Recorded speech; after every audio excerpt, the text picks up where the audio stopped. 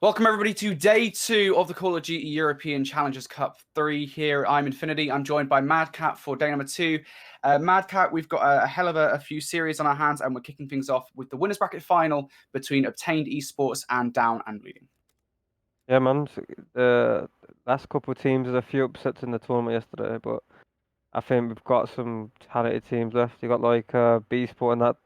B-Sport's been frying from what I'm seeing on Twitter and the streams from the round before. You got Afro and Co in the loser bracket, hoping they'll make a run. And you got a few upset teams. You got Eric Boom and that, and then you got Aroma and that. So you got a few underdog teams that have come through from yesterday and today.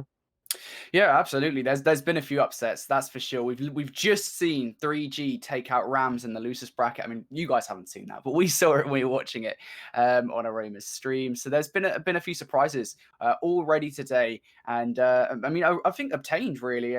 I don't know if you could call it a surprise. They've made it to the winners bracket final. This is their best placement so far. They've guaranteed themselves top 3. Now they need to go through this down and bleeding roster that have had different names over the course of the Challengers Cup so far. This is their new one, but this is Dave, Vortex, Nastie, and Joshh, the 4 that won last Challengers Cup. So this is going to be really interesting to see sort of how Obtained do get on here in this best of 5. I mean, you've spoken a little bit to this Obtained roster. I mean, you said yesterday that the Obtained's biggest problem is search and destroys, right? Today, something has definitely changed for this roster. You take a look at their search and destroys. They're winning their game 5s. They're finishing the series. Yeah, and that's only positives for them if they can even take one of the 2 S&Ds. We don't expect them to win every S&D. I don't think anyone's expected to win every S&D. But what we like to see is them taking at least one of them, and for them to be able to take what the respawns like they can because of a Slay heavy team. As long as they keep their respawn to where it is and nab one of the S&Ds, they can go far in every tournament. Yeah, I think that's one of the key things, right? I mean, it's that classic phrase of S&Ds wins championships, right? It's you get 2 of them in a series, you get to that game 5. If you're not very good at S&D, you're not going to be in a good spot. And I think that was one of the key things for Obtained Esports is they were having a few problems just closing out those series, winning those game 5 search and destroys. You take a look at today specifically. I mean, what both games they've played, game 5 victories for them there. They've just beaten House Taff. Going up against a roster like August, though, I mean, I don't know if that's going to cut it. You need to win the respawns as well. It is going to be a momentum game, I think, at least, looking at these 2 teams. We shall see how it goes. Yeah, I think the one thing for this match appeared different than the others, and I think it's sort of like I would say like I don't know how to put it, like there's only a few, 1 or 2 teams that are sort of like the way this team is, like Team August, like B-Sport and that they actually have a proper leader. Like most of these teams, young players coming up, they don't really have a leader. They're working it amongst themselves, distributing it between themselves, who leads in certain situations.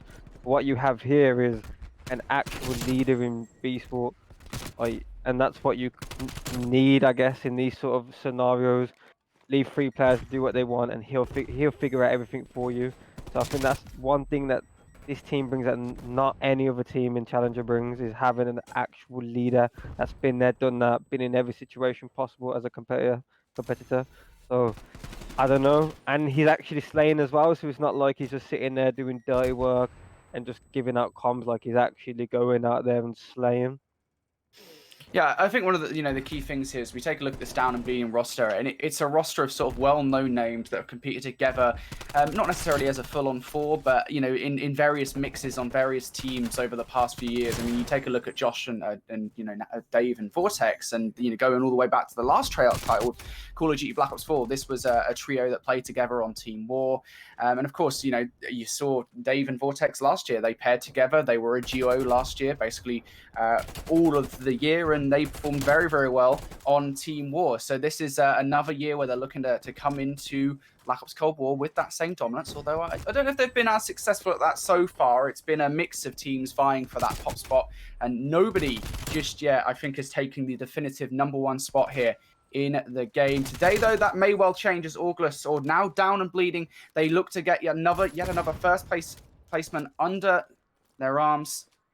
And they're all going to start here. They're already 10 points down to Obtain. Now, we saw Obtain yesterday. I believe it was Sween that they ended up playing. I could be wrong now that I've said that. They played them on this very map, and I think it was Obtain that actually ended up winning that one. I think they held like something like a 40-point advantage throughout the entirety of the game. I mean, on hardpoint, what would you say they need to do here to beat Down and Bleeding? Keep what they do, slay heavy. But one thing that I want them to do in this series is focus more on the rotations. You're playing against a well-structured team, a team that very knowledgeable at COD. I mean, you're not just talking about Joshh being experienced. You've got Vortex, who's been in some depths of tournaments. Dave's been in the depths of some tournaments. And Nastie, he's not maybe as experienced, but he has some experience and he knows how to play Call of Duty. I played with him last year. He knows COD. He's not stupid. But what also you've got here is the ability for both teams to slay heavy. I mean, at the moment you've got Joshh 2 and 9, Dave 3 and 8, but they can actually bring it back, and they're not the sort of like strong-headed people. They can bring it back if they need to, but it's just like at the moment maybe it's going a bit too far for them. But as long as they keep it in range to actually make a comeback, it's not gone for either team in my opinion. But I just want them to keep it simple card, slay heavy, but make sure they're figuring out what we're doing for the next hill after. Make sure we've got the spawns, make sure we're rotating, then we can slay out. Just make sure, just one step at a time, Obtain needs to do against a team like this. As soon as they start getting a bit overzealous and start making a bit mistakes, you're going to get people like Steve and Joshh who are just going to take full advantage of that and make them pay for every mistake they're going to do. Well, right now, Obtained, they're in a great position. They've already got a 50-point advantage over Down and Bleeding. They don't currently have control of this P4 hardpoint. You can see Down and Bleeding now starting to change surface some kills and getting control of this workshop floor. See Obtain now looking for control. A nice flip here, actually, from Down and Bleeding. They push through that top side of the mini-map. They get the necessary spawns to flip those spawns away. And now you can see that rotation coming through. That was a great move there from Down and Bleeding, and a necessary one as well, considering they're down by about 40 points. Yeah, they're literally just punishing them, getting them spawning all the way back at the map. They don't have the favourable spawns, but they're pushed so far out that they can make it work with these spawns. What Obtain need to do now is push up the map, get some map control, and then trap them back in the back. But I think Nastie out here is holding the brick side of spawns. He's got some map control for his teams. All his team needs to focus on now is the hill and the right side building, which is not hard to do. As long as he holds this, they're in a decent position. He's making them move and letting his team get points off the hill. Down and Bleeding, they've done a great job off the back of that last hard point and this one to find their way back in this game. Obtain, though, they still have a very small lead. You can see now Connor and Hicksy combining for 3, looking to get control of this hard point. And this isn't that great of a position to be in, actually. If you're Down and Bleeding, yes, you're only down by about 30 points or so, but you look at that rotation and where Down and Bleeding are spawning, it's not a great position to find yourselves in. Obtain, they're doing a great job at the moment of holding those spawns for the next hard point. And it's really good from them. Look at Connor inside this control, looking for these kills against Down and Bleeding. Great entry kill there for Nastie to take down. Now Down and Bleeding trying to surge on towards this hard point. You can see it, the contention coming in from the elbow. Callum inside the hard point in the moment is able to get those kills, but Nastie in a crucial position here, looking to get control of this minimap. Unfortunately, is going to fall, and Obtain doing a great job at the moment of just batting away Down and Bleeding inside this hard point. Yeah, what we're just seeing there was sort of Obtain doing what Down and Bleeding did to them the previous hill. They had them spawn in the back, they had map control. Granted that Down and Bleeding was able to go get top control, but what they did was play around that. Okay, we got them spawning at the back, they have top control, but we've got hill, they need to come to us, let's pre-aim out. They pre-aimed out and they held for most of the time, right? Yeah, well obtained. They're doing pretty good at the moment of just holding this advantage. And this is, you know, exactly what we saw again with Sween and Obtain the other day, or yesterday, sorry, where Obtain, they were just holding this 40 to 50 point advantage over their opposition. They were just fighting essentially for scrap time, and it works really well. But you've got to break this now. This is another potential opportunity here for Down and Bleeding to tie up this game, maybe even take the lead away from Obtain. If they're able to hold this one correctly, you can see now Obtain rearing themselves up for a break on towards this hard point. You've got to be careful, though, because Nastie and Joshh, they're there watching these angles. It's Dave now inside this hard point. Daly actually loses that gunfight against Connor. Connor does come out on top, and Obtain, they do a great job here of breaking on in, but with 25 seconds left, maybe not the best position in terms of spawns. Well, what's happened there was Down and Bleeding had the rotation. They got the last scrap. They made them spawn quite far away, and they was able to hold off a little push once they really like kind of like chiseled down on how many people were at the point, made them spawn out, and then they got the scrap. But what happened there was Harry was to get a big free piece and kind of mess up the spawns. I think someone spawned out for Down and Bleeding, but now they've spawned in. But Down and Bleeding, they're down on points. Well, in my opinion, I think they're leading the map in terms of they're controlling it.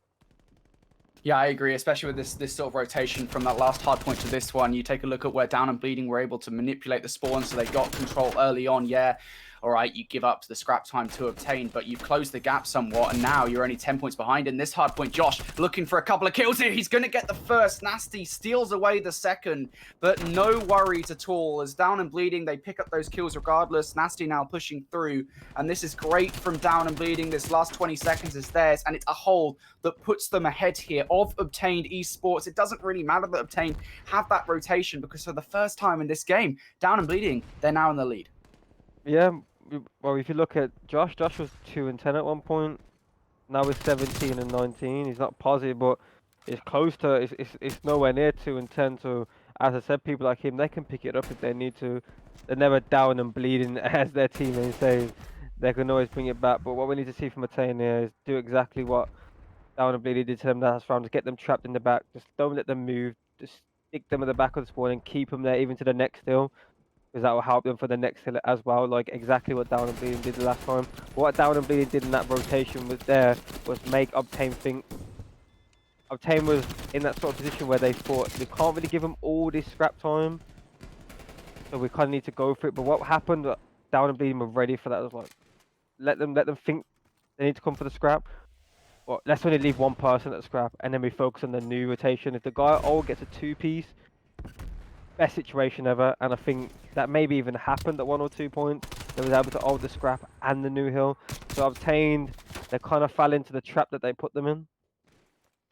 Well, Obtained, they are still holding a lead at the moment. It's about 20 points ahead, but look at number 4 on the minimap. That's Vortex trying to manipulate the spawns. And, I mean, it's a good play, right? I mean, you don't know he's there. Vortex now looking to manipulate the spawns. Unfortunately, it doesn't work, though. He may be at the top side of that minimap. He's forcing Obtained to spawn down, and this may actually allow Down and Bleeding an opportunity to funnel these players through right into that back left corner of the minimap, but it might not work if Obtained actually end up winning these gunfights. That's the key thing here, as Hicksy comes flying out the window. No way should Hicksy win that gunfight, but he does anyway.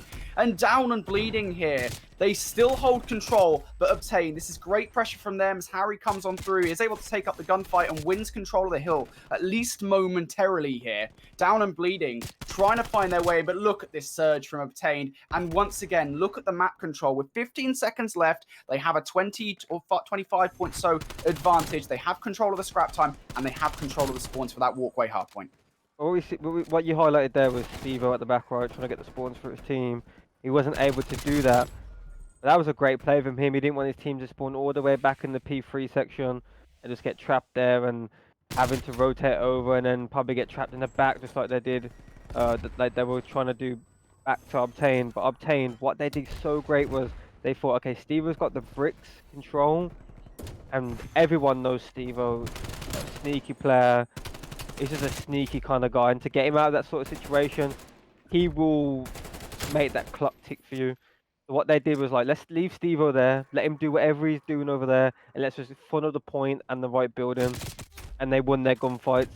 They were trapped in that sort of little section, whereas we've seen Hicksy just come out the window and absolutely dispatch the head off of someone. And that's what they're good at, right? Just absolutely winning it every gunfight they need. So that just played out in their favor. But Obtained, they got the rotation for the P2. They need a big hold here. They need 45 seconds out of the 60. And we need to see Down and Bleeding do a nice little break here if they want to win this map.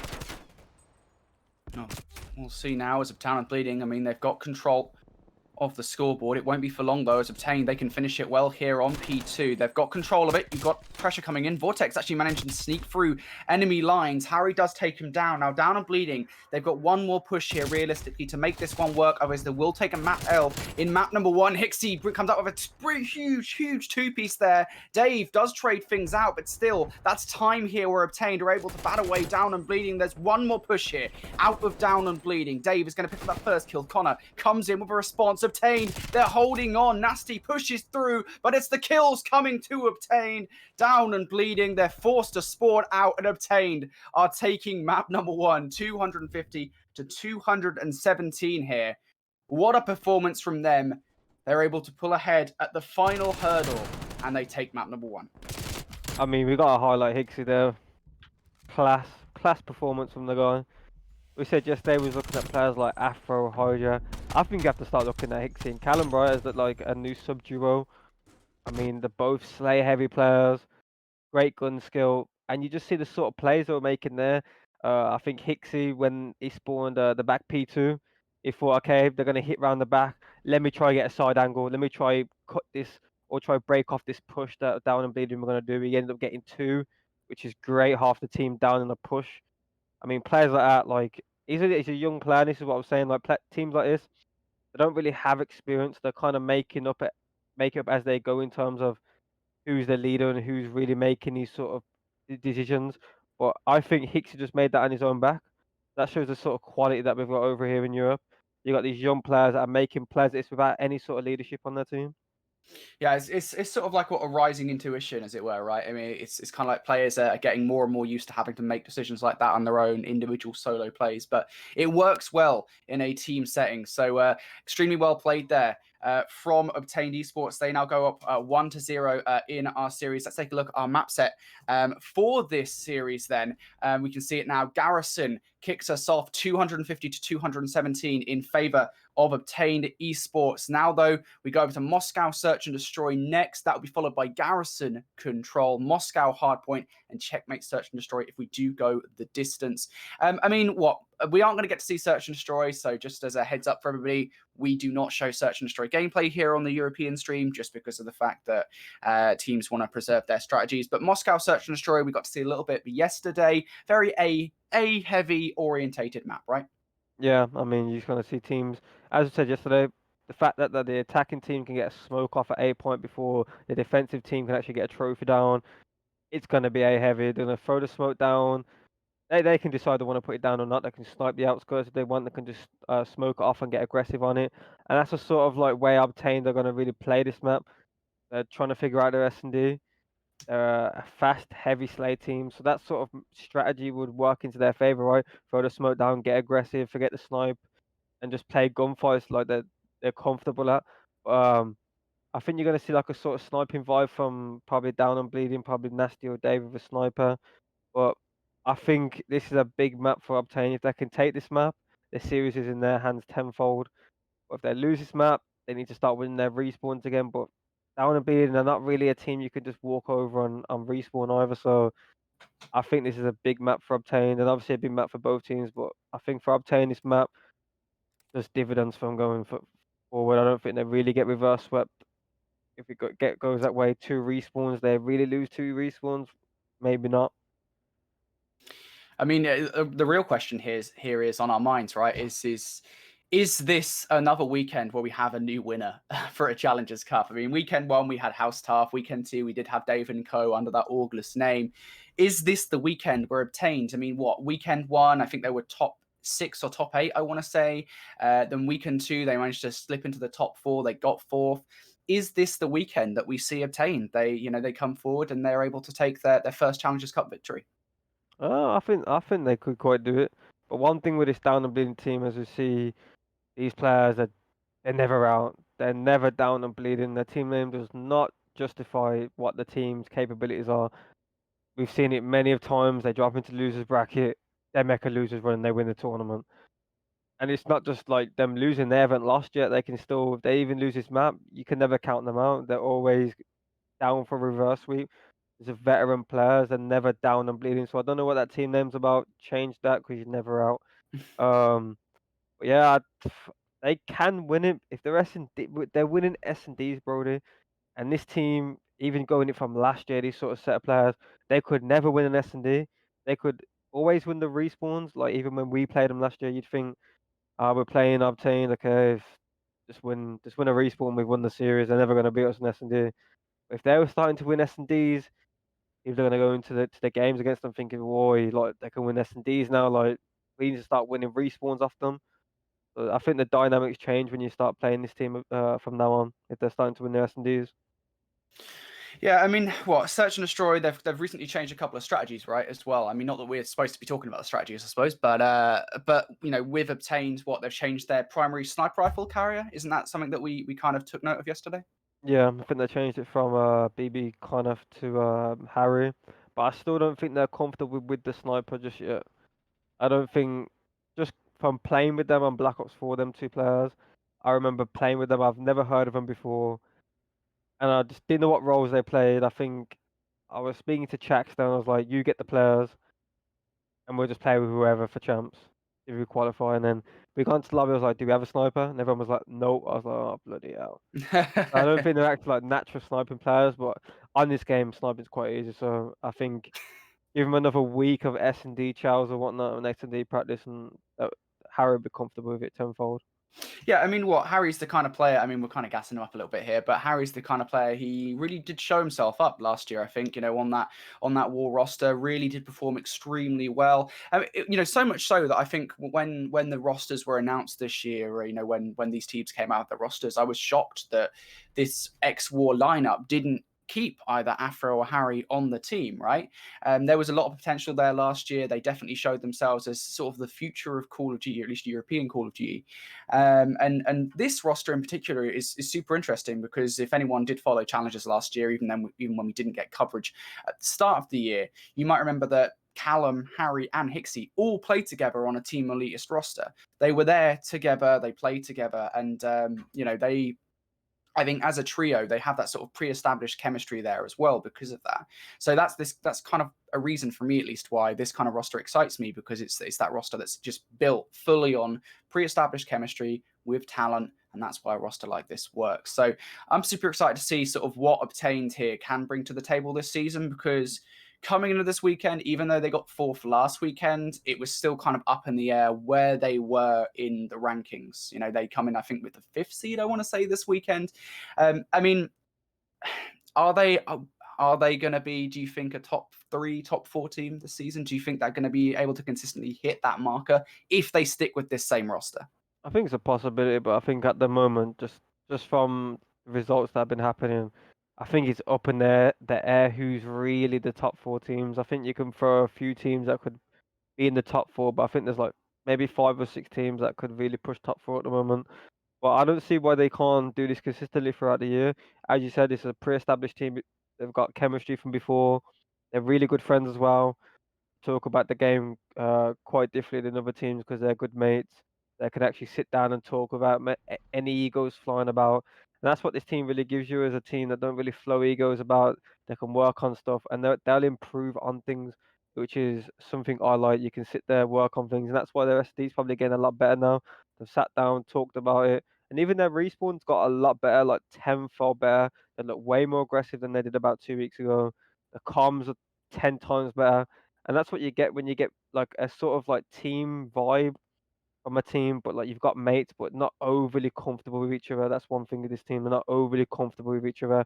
They keep it professional and friendship at the same time, which is something you don't really get in Call of Duty. Some people either get too comfortable or they're just not friendly enough with each other and egos just get thrown about. So it's a good roster in my opinion. It's got huge potential to go and do bigger things. Yes. Well, we're currently waiting for the search and destroy, I believe, to get underway, as we do have cover up for it. I think probably best idea is for us to go to a quick break instead of us just sitting here waffling on. So what we'll do, guys, is we'll go for a very quick break. When we return, we will have the next map in this series between Down and Bleeding and Obtained Esports in the winners bracket final. Don't go anywhere.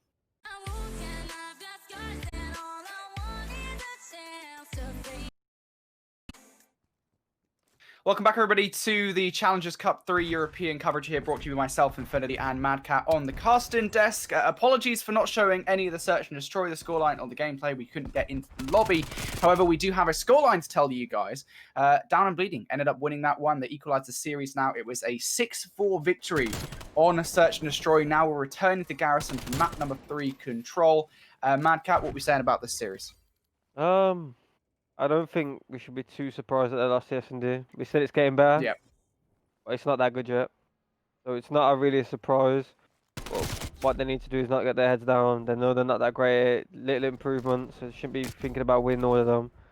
But yeah, they just hopefully they just don't get their heads down and bring what they have in the respawn to this control. And it's a map that they like, and I think both teams actually like this map, so I think it'll be a good to control. Yeah, well, we shall see, of course. We do have other series going on concurrently with this one, by the way, everybody, inside the losers bracket at this point in time. So it should be interesting to see how those matches go on. Of course, we'll be covering the losers bracket round 3 matchup directly after this one. For now, though, this is all for the winners bracket final for a space in the grand final. The winner of this one guarantees a top 2 placement. The loser goes on to face the winner of that losers round 3 matchup in the losers bracket final. That should be interesting. But for now, Obtained having a great first round here in control. They're able to capture B. They stick another minute on the clock. And now with a solid, 100 seconds here left on the clock, they've got essentially full map control. They're on that A point. Oh yeah, Hicksy again. 7 and 2. Just running around the map doing what he wants. Took the B point, moved over to the A point without even dropping many lives. And they've just picked off where they left off on the hard point, so I mean, they're just a good respawn team. They can just sort that S&D out. But they were 4-2 up in that S&D, from what I'm aware of, and they choked it. So that's sort of like a common thing that Joshh and his little crew are good at. They always go 4-2 down in the S&D. They always win. I don't know what goes on. They always win when they're 4-2 down. Harry could sort the S&D out. I reckon there could be a force to be reckoned with. But Esports, that they're never out. They are never out. But this control, I think it'll be very defense heavy. But maybe I'm wrong because Harry had just come out the gates on the attack, took them over. If they can win this defense now, they're in good waters to be, and down and bleeding in the depths of them waters. Obtained. They win this control, as you say. You know, this is a good position for them to be in. But down and bleeding, they win this. It puts Obtained in a not great position. Of course, we've spoken at length about how their search and destroy is absolutely their Achilles heel. Well, down and bleeding, they need to really apply that pressure in that area. They've already done so by winning the search and destroy. Now just taking away the respawn. That will be the key to victory from them here. Obtained, though, on the defense, they've already won their first offensive round, which of course is they're hard to come by in control. We know that it's very defensively sided. So for down and bleeding now, not the best position coming into this round, but at the moment they're doing a great job here, applying the pressure over towards B. Great stuff from Callum though on your minimap. He's inside that vents area looking for these kills and actually just does enough to just bat down and bleeding away for a few more seconds. One thing that I think some teams are starting to pick up on and getting better at is the fact that they're realizing their lives.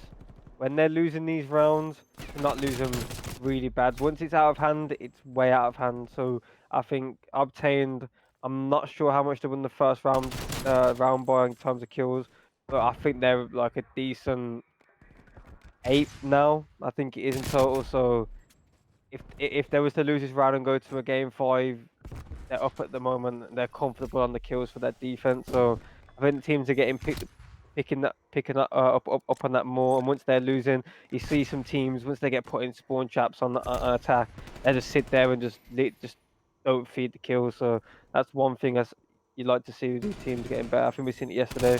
A team just literally sat in spawn and just said, "Forget it. We don't want to give you any more kills. We don't want a risk of not. We want a chance of getting defense if it goes to round 5." And that is the strategy, really, isn't it? I think when it does come down to that round 5, and when defense is so heavily one-sided in favor of the defense here on control, you know, you do really value those kills and those deaths more correctly. And you've seen teams really make that move towards that kind of strategy, that kind of way of playing control. For now, though, you take a look at Obtained and Down and Bleeding. There's got this Mexican standoff over on B. Neither team wanted to make a move. Finally, they do. Obtained, they're the ones to strike first. They bat Down and Bleeding away from the control zone, and now it's a sort of desperation period of time. 15 seconds on the clock. We might have yet another Mexican standoff taking place here as Callum inside elbow has it all to do, has to defend this B zone. You don't want to bleed any more lives, of course. You do currently have a 3-life advantage over your opposition, but you've got to be careful here. I think one thing that we've seen for Obtain this round is they kind of like took what Down and Bleeding did last round and kind of switch it up and flip it on its head. last round, Down and Bleeding got aggressive on their defense, and Obtain just beat them in the mid map. Right, they just won the gunfights and kept winning them. But what they did this round was play a bit more defensive, a bit more passive. They played the start like it was an S&D round. They didn't want to give up too many lives, give up the B point, then possibly give up the A point as well. So what they did was play a bit more passive, let Down and Bleeding come to them, just contest that A point laying down in the our building and just hold off the push, right? And I think that's one thing they probably thought, let's not do what they did and get trapped in spawn. But Down and Bleeding, they capped the B point and now they're on A, so I've got out of that sort of trap and now force Obtain to make the move instead of them making the move. And this is the pinch here from Obtain. They're trying to make their way through. Harry does actually pick up 2 crucial kills. Hicksy does take out Dave. Yep. And that's the fight that mattered. Obtain, they end up winning that engagement. Down and Bleeding have been pushed away. They have 50 seconds now. Just 3 of them on the mini-map. Obtain, they've got 3 respawns left in the bank as well. They've got them there ready to spend. And Harry takes out Vortex. Now rests on the shoulders of Nastie and Joshh in this round. They can still clutch up here if they make this one work, but they know exactly where both of these players are, and this is the stressful situation for Nastie and Joshh, is they've got to do this. The element of surprise is, is out the window, essentially, at this point, and Obtained, they're in a much better position. As you can see, Callum takes out Joshh. They know all they need to do is take down Nastie, and it's an easy pickings for them, but for Obtained, it was that pinch in from behind. They made it work. You feel Down and Bleeding. They're about to capture the point, but Obtained were able to retake it with style, and from there on out, it was their round. Yeah, big 2-piece for Harry there to retake that 8 point. As I said, Obtain were making Down and Bleeding make the moves. Then they flipped it on their head. It was like, okay, we kept the B point, we made a couple of kills, now you need to come to us. But what we're seeing with Harry with a big 2-piece at the A point, they broke it instantly. Down and Bleeding had no lives, couldn't break it. Well, but now 2-0. they're down on lives. I think that if it goes to a game 5, just depending on Down and Bleeding to win these next 2 rounds in dominant fashion, I think Obtain will probably get the defense in the game 5. I think it might be over. It might be over this map. Well, Obtained, of course, it is 1-1 in the series, folks. So this is the swing game here between Obtained and Down and Bleeding. And now Obtained find themselves 2-0 up in this one. We'll see now whether or not they're able to close it out here on round number 3 with a flawless control victory. So far, so good, though, for Down and Bleeding in this round. They are keeping Obtained away from both control zones successfully. You can see the live somewhat slightly in favor of Down and Bleeding, but you do not want to give Down and Bleeding full map control. Look at this, the surge of blue in the kill feed. You can see Down and Bleeding winning all of these necessary gunfights. That is a great spot from Nastie, actually. If we can switch back over to Nastie, I just want to check out where he is sitting. I believe he is on top of some crates. Okay, I thought he was on top of the crate. No, regardless, though, does actually get caught out there. Down and Bleeding do a great job, though, of holding on to the map control for now. And Obtained, they've got one more push left in this. Yeah, what I loved from Down and Bleeding there was how they adapted their start off compared to their first one. The first one, they tried to meet them in the mid-map and try to play the gunfights. It didn't work out for them. What you've seen there was 2 around the B point, 2 around the A point, and just really sit back and let them make the moves and let them push them. They need to cap the point. They need to come to them. They sat back, and then once they got the kills, they pushed straight to their base and tried to trap them in. Well, Obtainer did a great job to check their corners, stayed out of their base. You seen Nastie was in a great corner. I've not seen many people at the corner, and they checked every corner they needed to. So great from Obtain to regain from spawn. They thought, forget this. Let's not just run preemptively and just get killed running. Let's check all of our corners and just proper get out of our base and have a good push. Well, the good thing for Obtained here is they have actually managed to capture that B zone, and that's going to be crucial. They do need to get past, though, Dave, who is in this back with this AR, statue AR at the moment, really just a real problem for Obtained, as he now is going to back up all the way to his spawn. Good stuff from Dave to apply that pressure. Now you can see Vortex coming around for the backup for Down and Bleeding. It's just going to make sure that Obtained don't get in from behind. They need to deal with this threat, but actually coming in now, it's going to be Harry. Connor there for the backup as well. Obtained, applying all of this pressure. They're coming through, and they're just making sure these players don't come off the respawn right towards that A point. Look at where number 3 and number 4, Hicksy and Callum, are now. It's this continual pressure through the mid-map to the spawn. Unfortunately, it doesn't work out as they lose their gunfights, but still, that could have been a great play if it worked out. That actually was great by Dave. He played his life well, got the information. Then he drew the whole Obtain. I think it was like 3 Obtain players. He drew them all the way into their spawn. And as the rest of the team are pushing, you had Stevo come around the flank with someone else. and create a pinch. But Dave played his life well there, in my opinion. Yeah, it was a good play. That was for sure. Down and Bleeding, they do a great job of making sure they play their life. Dave specifically, of course, holds off for just enough time that Vortex is able to come and give him the backup. And Down and Bleeding, off the back of it, they survive the onslaught of Obtained. They end up winning round number 3. It's not a 3-0 here on Garrison Control. We are seeing some resistance from Down and Bleeding.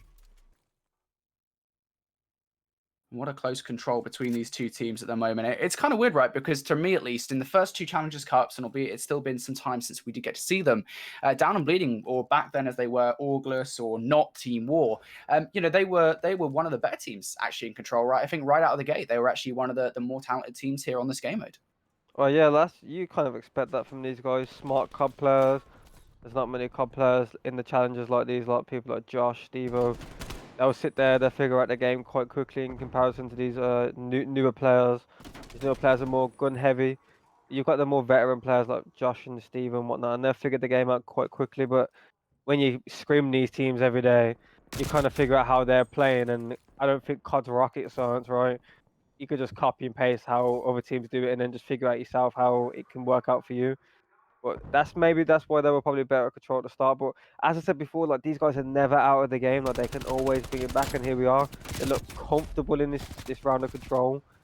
They started off quite well. They're on the A point, trapping them back in their base. They've killed them.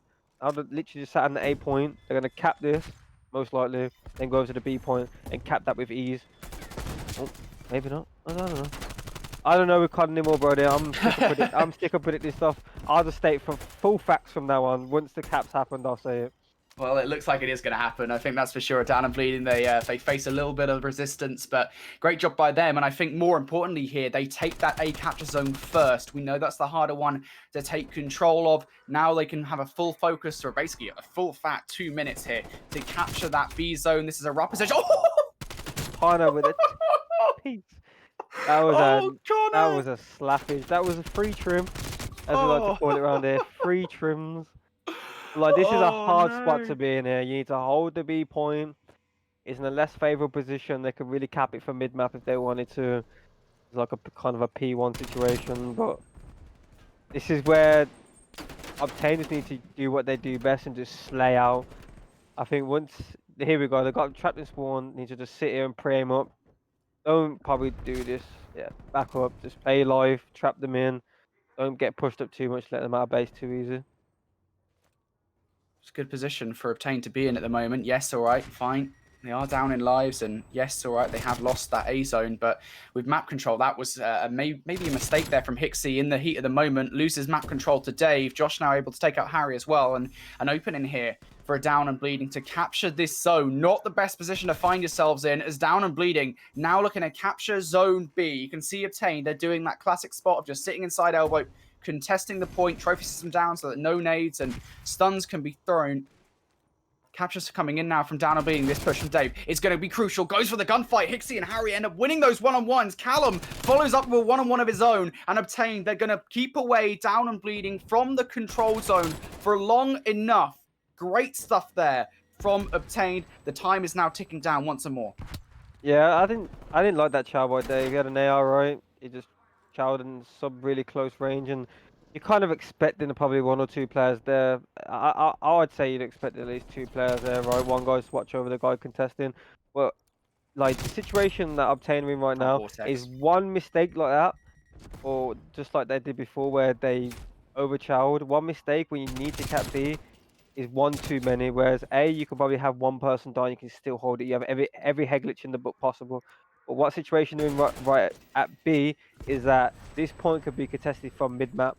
So as long as Down and Bleeding can get across and it's the halfway point, they can get on this point and even stop the clock. Even if they're not capping it, they can stop the clock.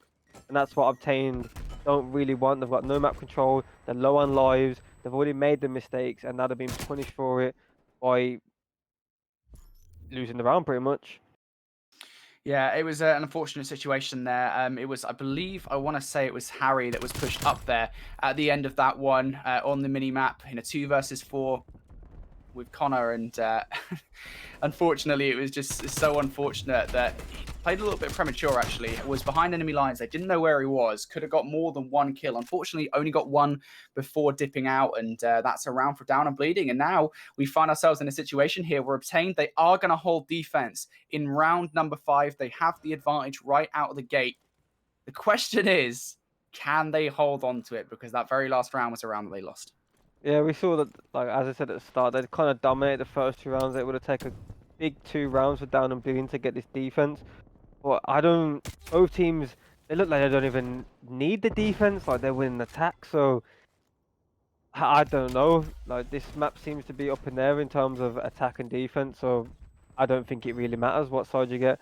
And down and bleeding, they're never down and bleeding. I'm telling you, bro, that they're literally never down and bleeding. The team name does not make sense. They're always the 4-2 down the S&D, bring you back 2-0 down on the control. Now we're seeing the round 5 that they're never down. The composure levels of these guys, crazy levels, crazy. Some of the best.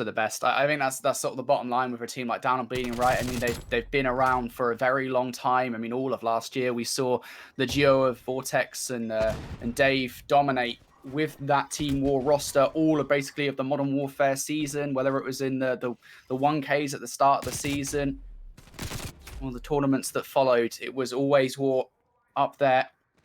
Now Well, composure. from Obtain, they thought like Down and Bleeding had the big point, they were capping it. It looked like they were going to do it, but someone got through an event and thought, let's try get control here. Don't let them have the whole minute.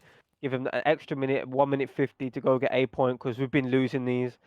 Let's try get into this game and have some advantage in some shape or possible. The guy hit the flank through the vent, got behind them. Everyone else made their kills. Now they've got them in spawn where they need them. And here's the problem for Down and Bleeding, right? 25 seconds on the clock to make their way onto the B zone. You can see now Obtained, they're pushing up the map. You've got to deal with that threat before you get to the point. But Nastie comes in with a shot punch, does take down Hicksy, is aware that I think Callum's there, but you just need to get on the point. It is go time. At this point, Callum wins that fight against Vortex. A huge one-on-one for Callum to win. As Obtained now, they're keeping Down and Bleeding away from the point. Nades and stuns being thrown here from Down and Bleeding, but it's all for naught as Obtained. They're going to take a series advantage here over their opposition. A great performance from them as they end up winning it. It's a 3-2. It comes all the way to round 5. They were 2-0 up. A shaky one from Obtained, but they're able to finish it anyway. Yeah, that was a weird one, right? You go 2-0 up. You go to a game 5. You may be thinking, oh, it's happening again. The S&D is happening again. But they keep composure. They had a bad start to the round 5. Down and Bleeding was able to get map control, get the B point. But what happened was someone was able to get through the vent, like I said. Everyone else made their gunfights in control, and they was able to get the push back into spawn. But just like they didn't do the round before, they was over challenging. They sat in their corners, hold their pre-aims, kill everyone coming off spawn. And I would like to have seen them doing that the round before, because they have that in their arsenal to be able to actually sit there and pre-aim, not just run around. And it just showed there they realized, okay, last round we did that. We just sat it. We didn't sit in our corners. We didn't pre-aim. We kind of overchowed, and they just fixed their mistakes. And I think there's one thing about that control we have to say about both teams is they both adapt really well to what was going wrong for them in the previous rounds. Yeah, very much so. I think, one of the things that we kind of hit the nail on the head multiple times in that game was the fact that we did see Down and Bleeding consistently. They were looking for a revive in the game, and they were constantly coming back at situations. Obtained, though, great stuff from them. Really, really happy with what we're seeing from Obtained, I think, in terms of what we saw in those Challengers Cups 1 and 2, where this roster, I still don't think they were fully sure of how they wanted to play certain game modes, Control being one of them. And here they look a lot more assured in their gameplay. They know exactly what they're doing. And they're looking pretty good off the back of it. Now 2-1 up in this series. We have map number 4 coming up next. While we've got it, though, let's take a look at our our map set for this series, so we can show you how everything has gone on so far. So Garrison went the way of Obtained. That was a 250 to 217 victory for them there. But on Raid Search or Moscow Search and Destroy, we had Down and Bleeding take that one at 6-4. And now, of course, as you've just seen, Garrison control 3-2 for Obtained. We've got 2 more maps in this series potentially. I can smell a game 5. I can smell it happening. Moscow Hardpoint and Checkmate Search and Destroy. It If does we go the stink of a game distance, 5. it does very It much. stinks of it. Like it reeks of a game 5. But one thing I don't wanna I want to talk about this game, but I want to talk about another game. Is that Team Afro lost to Eric Boom and Co last month, No, dearie me. and No way. also Gabe and Co are 2-1 up against S&G. Singularity. What is going on this week, bro? Oh, What is going dearie on? me. The skill gap is so close at the moment in Europe. Like, there's literally 8 teams that can beat each other.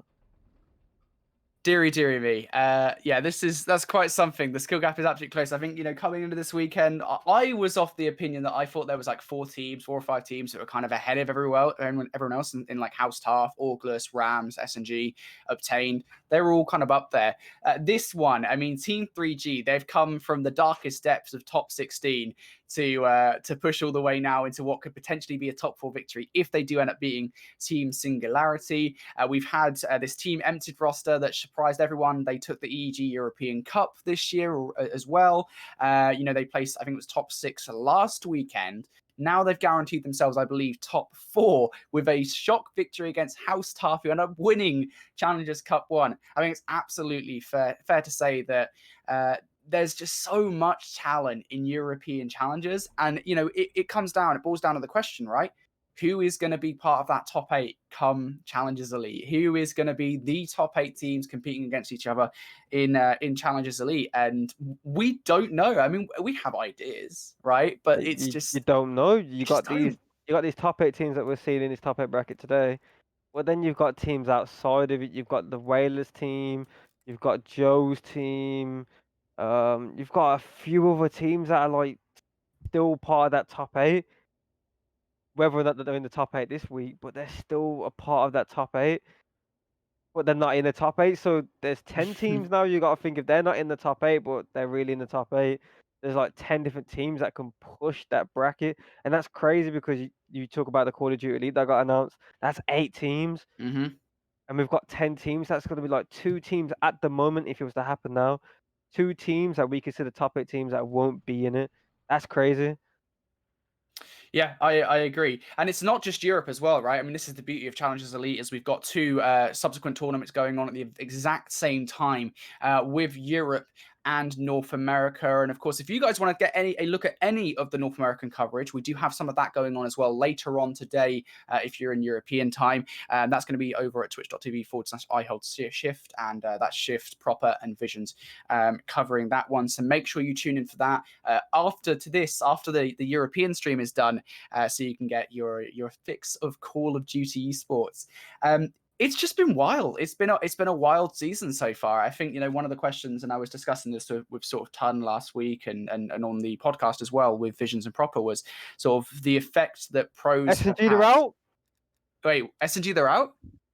Damn, boy. What is going on? S&G are out of 3G. So I presume that you've just watched the stream. You can tell us Yeah, the I'm lowdown. mind blown. I am mind blown. Was it game 5? Aroma at the moment is looking like a top 3 AR in Europe. Now, I just said that, by the way. Aroma is looking like a top 3 AR in Europe at the moment. That is mind-blowing stuff. If you would have told me last month that would happen, I would have said you are smoking something very good. I need the number for your connect because I want to know what you're on. Mind-blowing stuff. Bro, like just had the way he thought about the game. He took the risk to help his teammates in the rotation. He goes over, gets a 3-piece, then goes to the new hill and takes off numerous heads. This guy's he's opened up his own barbershop right next to Afros. Crazy, bro. Oh my goodness. What is going on? I'm mind blown. Oh man. How is this happening? I mean, that confirms our next matchup at least. We will have, I mean, we don't know this because Team Empted are the only team out of every team in the tournament that will not let us bloody stream them. So we may not have a game now after this one because Team Empted have won theirs. However, if we do, it's Team Empted and 3G. So we do have our game now ready to go. Unfortunately for everybody at home, the names are flipped, so we apologize for that. Obtained will be on the left side, Down and Bleeding will be on the right, and MadCat, you get to experience for the first time getting confused with Codcaster mode. Nah, we good. I don't even read their team names anyway. It's always fun when Like those kind what? of things throw you This off. tournament is up in the air at the moment. It We've got is, so yeah. many big names out that like you got these. Like you got like Down and Bleeding. They've won tournaments before. They're thinking, okay, we've won with everyone in them now. Let's just get through Obtained, and it's looking like a good tournament win. But Obtained, they're thinking, we get rid of these, we're in the same boat. Free tournament win. Or is it free tournament win because Aroma is frying right now?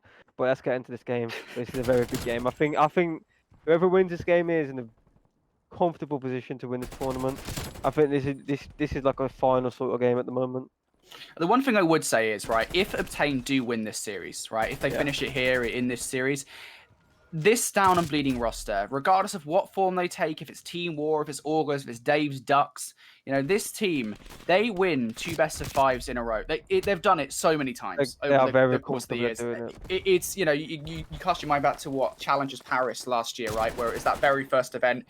S&G had won the first 2 events of the season, came down to Paris, S&G from winners, Team War from losers, and War ended up winning it 2 best-of-5 straight. I mean, that's the precedent they've set. They did it last weekend, for heaven's sakes, against the Rams. You cannot count this team out, regardless of what's happening. So we shall see. For now, though, great start here from Down and Bleeding. They're up by about 40 points. Yeah, you can't really get too comfortable against. Well, you can't really get too comfortable in a tournament. You got people like Joshh in the tournament, right? I mean, especially like Steve and Dave, they did it numerous times throughout the years, double best of fives. They're not really emotional players. They're just calm and collective sort of players. They don't really get too frantic. Yeah, they're starting off this map really well. They've been controlled.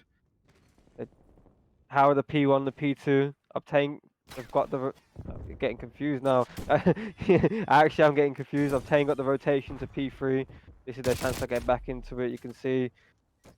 Was it there? Was it Nastie just pushed the front of that hill? Maybe not the great play. Maybe he should play through mid there, help his team. He had a player around the back that probably needed help, and no one was really there to help him.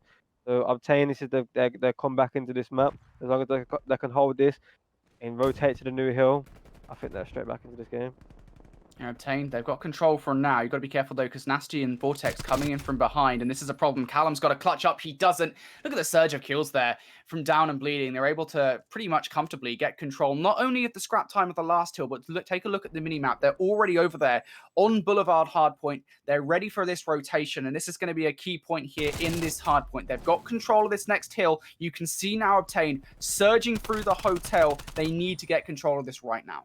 Yeah, so what obviously Obtained did there, they had the rotation to the P3.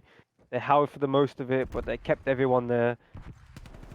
What Down and Bleeding did was just walk straight through, won the gunfights, and then they had the rotation to do as well. So Obtain put all the eggs in one basket. It never worked out for them, but they've got control of this new hill, right? So they was able to break that, played the numbers against them. They took down Joshh in the golden room, and then they just stormed the rest two and played the 4v2 and got control of the. But this is what I like from Callum here, and I've been saying to these guys for a couple of weeks, this room is so key. To have a sub in that golden room forces everyone else on the other team, regardless if they've got the hill or not, onto the street. So you know where the whole team is going to be. They're going to be on the street, right? You got the room control. They can't go into the certain parts of the hill because you can see them. It's just a big place to be on the map and on that street hill.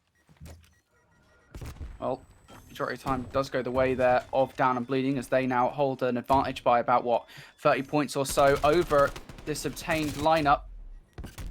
Controlling right now is going to be Obtained inside checkers. Keep an eye on those spawns for the next hard point, though. You can see now Joshh spawning out over towards P2. That's going to be at the back of their minds here for Obtained, as they look to get control of this hard point and surge on through for the rotation. Big moment here. Again, once again, for Down and Bleeding. They're looking to control this. They don't fully have control of it, but they're okay with this, I think, right? Even if they don't get full control of this hill, they've got that rotation already to fall back on.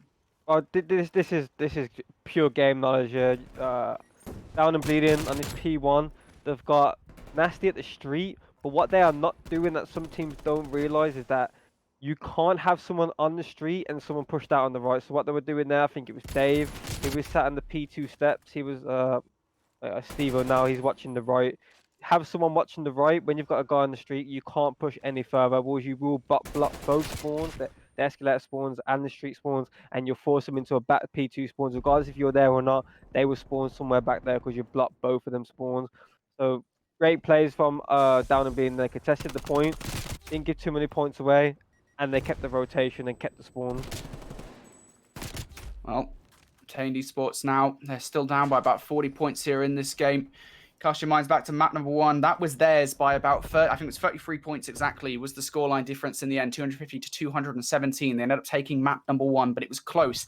Exactly like this one. Now, though, they find themselves on the other side of the situation.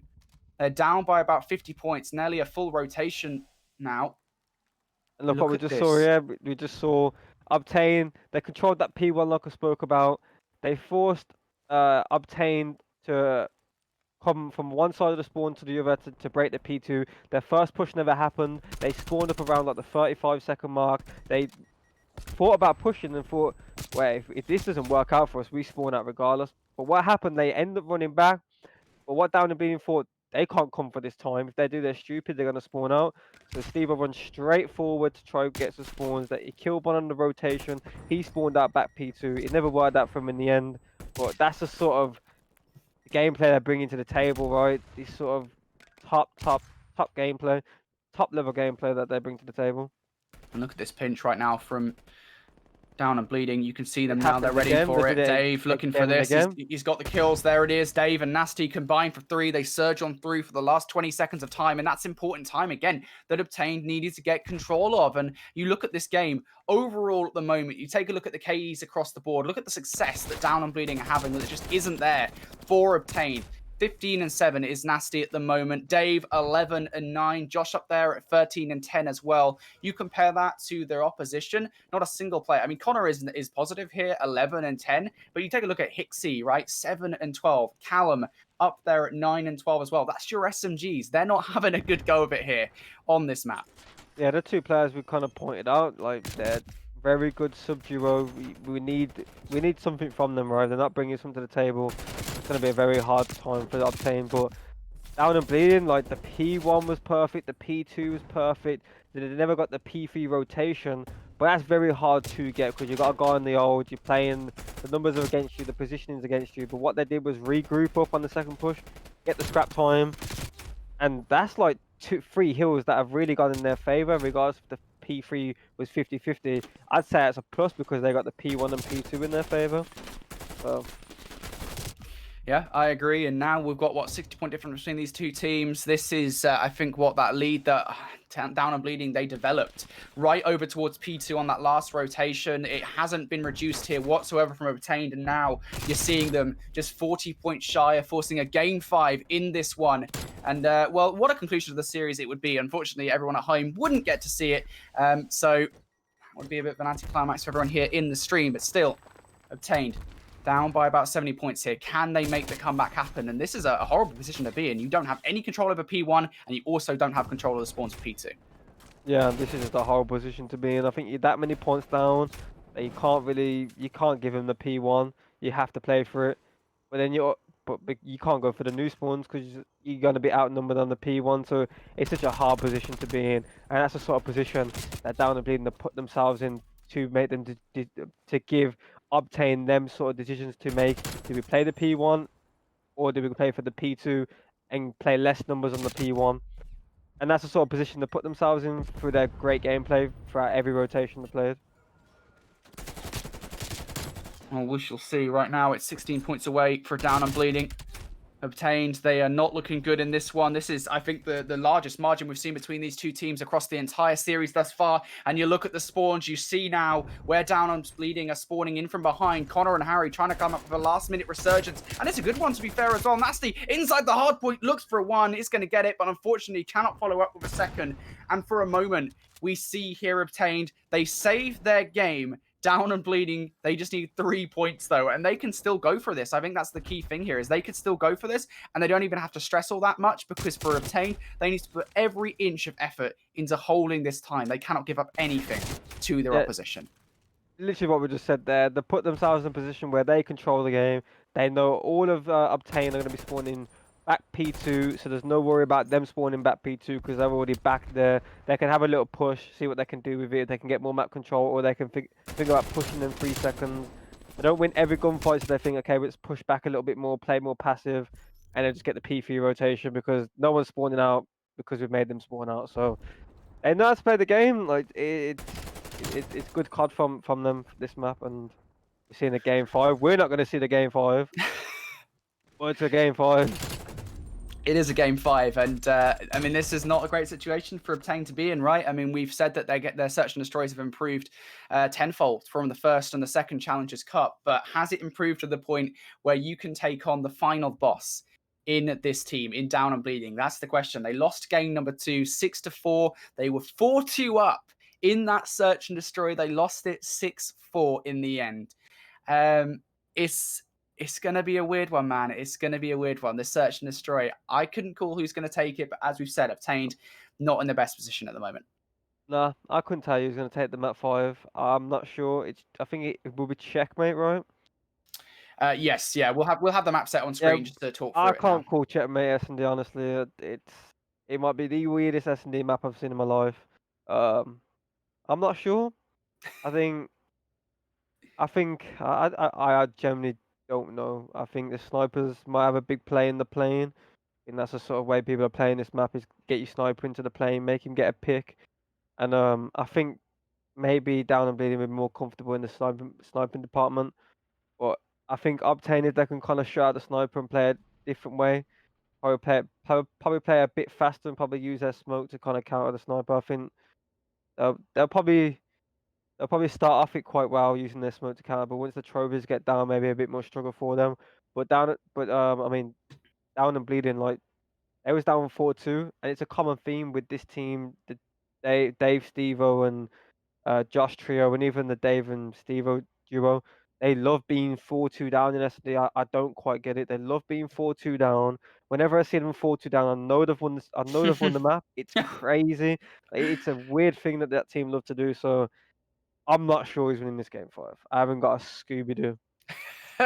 Absolutely nobody does. We're going to try and get the game 5 sorted. I think what's best is probably we do go for a very short break in between this map and the next one, just so we can get the lobby sorted and make sure that we are in there. So what we're going to do, guys, is we're going to go to a quick break. When we come back after this, we'll probably be having some coverage of game 5. We'll let you know. Think of something. I'm not sure that I'm right for this conversation. Half a smile, walk away. Again, I'm sorry. I don't really get these social cues. There's no excuse for a lack of words. Thought I'm pretty self-aware, but apparently I'm not. So I don't know what to say. I've always been this way. Fuck. Words are hard, everybody's different, and that's okay. I don't know what to say.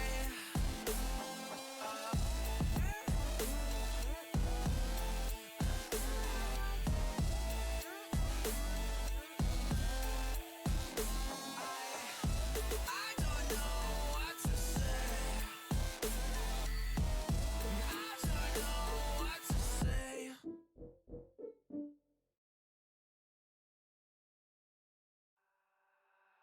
I could wait 1,000 days. You never wait for me. You never wait for me. Even when I ran away, you're all that I could see. You're all that I could see. When I could hardly walk on my own, I had to lift myself out of the trench below. Haven't I suffered enough to let you go? Let you go, let you go now. Let you go, let you go, let you go now.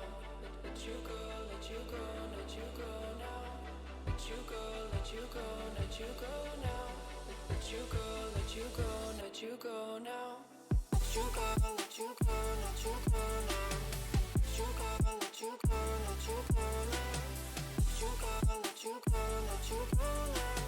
Let you go, let you go, let you go now. I could wait 1,000 days. You never wait for me. You never wait for me. Even when I ran away, you're all that I could see. You're all that could see when I could hardly walk on my own. I had to lift myself out of the trench below. Haven't I suffered enough to let you go? Let you go, let you go now. Let you go, let you go, let you go now. Let you go, let you go, let you go now. Let you go, let you go, let you go now. Let you go, let you go, let you go now. Let you go, let you go, let you go now. Let you go, let you go, let you go now. Let you go, let you go, let you go now. Let you go, let you go, let you go now. Let you go, let you go, let you go now. Let you go, let you go, let you go now. Let you go, let you go, let you go now. Let you go, let you go, let you go now.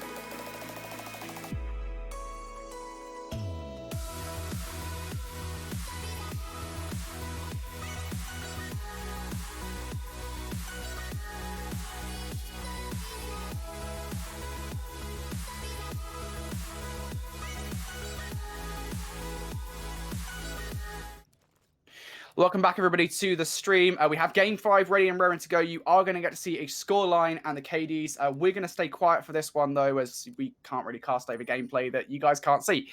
So sit back, relax, and enjoy the scoreboard for the conclusion of Down and Bleeding versus Obtained.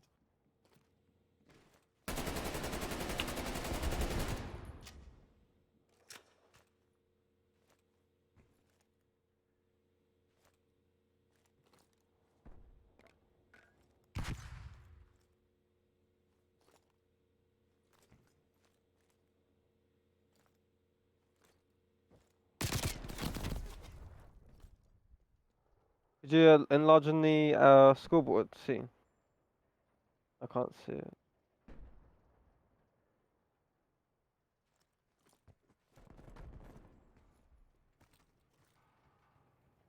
Alright.